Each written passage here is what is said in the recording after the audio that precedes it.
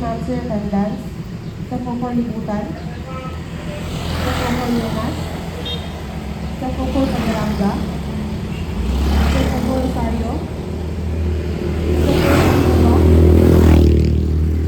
sa Pokor Apugan, sa Pokor Calcuforo, sa Pokor Tila,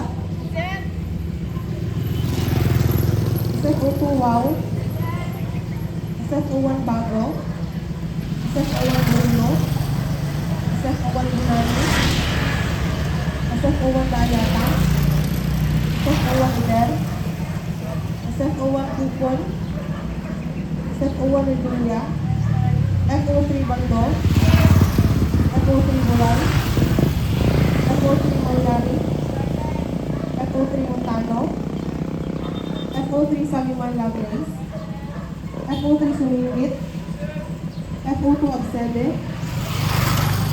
FO2 Aklaw, FO2 Andoy, FO2 Bagay, FO2 Kalsar Babuka, FO2 Kabigas, FO2 Kampilang, FO2 Kapatan, FO2 Katubig, FO2 Gamit, FO2 Gabor, FO2 Magsalay, FO2 Narisma, FO2 Puig, FO2 Romero, FO2 Tabyok, FO2 Te, FO2 Temeron, FO2 Pilustrante, FO2 Bindor, FO1 Alcesto, FO1 Almosin, FO1 Amores, FO1 Ansin, FO1 Ayahay, FO1 Bakala, FO1 Buklinggo, FO1 Bonita, FO1 Caliete, FO1 Simaso, FO1 Po, FO1 Baba, FO1 Ungines, FO1 Espinosa, FO1 Galigaw, FO1 Lagrosas, FO1 Lin Paul, FO1 Linjan Edward, FO1 Magnaong, FO1 Lagasan, FO1 Ora Batal, FO1 Silaya,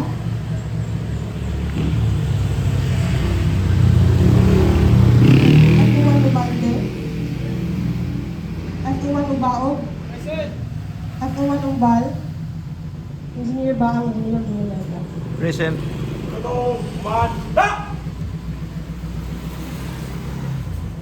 Welcome to the Bureau of Fire Protection Regional Office 10 Monday Flag Raising Ceremony. We are your hosts from the Office of the Financial Management Division, headed by Fire Chief Inspector Mark E. Flores, sir. And now the ceremony begins.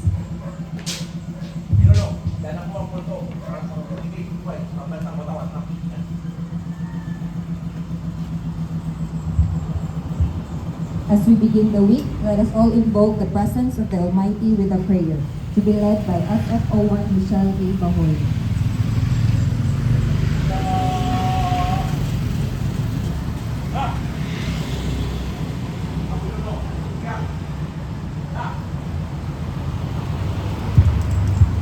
Lord, we pray for our leaders from the President down to the lowest position in the government. Grant them with your heavenly wisdom. Help them to lead and reign with integrity and always give them the strength to do what is right for the benefit of everyone. As employees of the government, we likewise pray for your guidance and direction. Guide us in the work we do, that we may do it not for self alone, but for the common good. Teach us always to perform our job faithfully and diligently, so that we will always be a blessing and a source of inspiration to our co-employees, especially to the people who need our services. Give us always the strength to do, patience to bear, and let our courage never fail. All of these things we ask and pray in Jesus' mighty name. Amen. In the name of the Father, and of the Son, and of the Holy Spirit. Amen.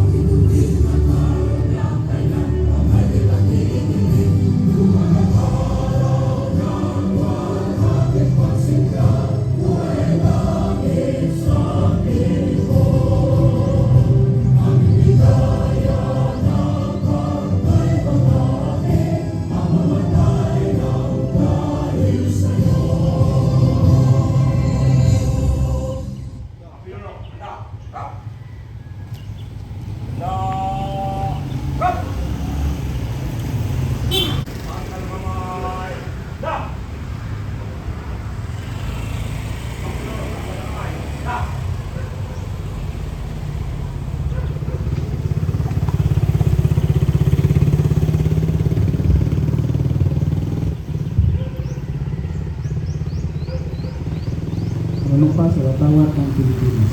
Ako ay Pilipino.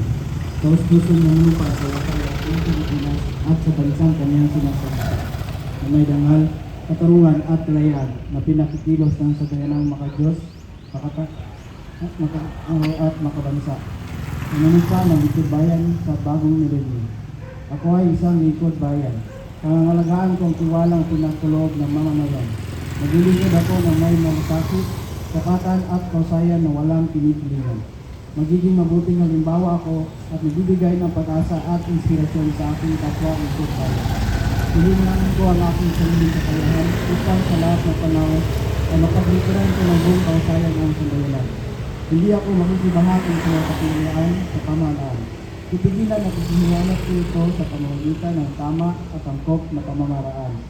Isasabuhay ko ang isang lingkod bayan makadiyos, makatao, makakalikasan at makabansa. Tutugon ako sa mga hamon na makabagong panahon tungo sa pagdadigay ng matatag, ginawa at panatag na ito. Sa mga tungkulin na pangalan ito, nawa ako ng may kapal. Panata sa bagong Pilipinas. Bilang Pilipino, buong pagmamalaki kong isasabuhay ang bagong Pilipinas. Buhay sa aking dugo ang lahing dakila, magiting at may dangal, palaging dadalhin sa puso, isip at diwa. Ang aking pagmamahal sa kultura at bayang sinilangan. Kaisa ng bawat mamamayan, ialay ko ang aking talino at kasanayan sa pagpapaulat ng aking bayan. Taglay ang galing na naayon sa mga panlaibigang pamantayan. Magiging instrumento ako sa pagsulong ng kagalingan, kaunungan at kapayapaan. Magkikita at magkikilahok ako sa mga adikain na pamahalaan. Dahil ang pamahalaan ay hindi lamang responsibilidad ng ilan. Isusulong at ipagpangalagaan ko ang karangalan, kalayaan at interes ng aking bayang minamahal. Bilang Pilipino na may pagmamahal, pakialam at malasakit, hindi makasarili kundi para sa mas nakakarami. Tatahakon ko ang landas tungo sa isang bagong Pilipinas.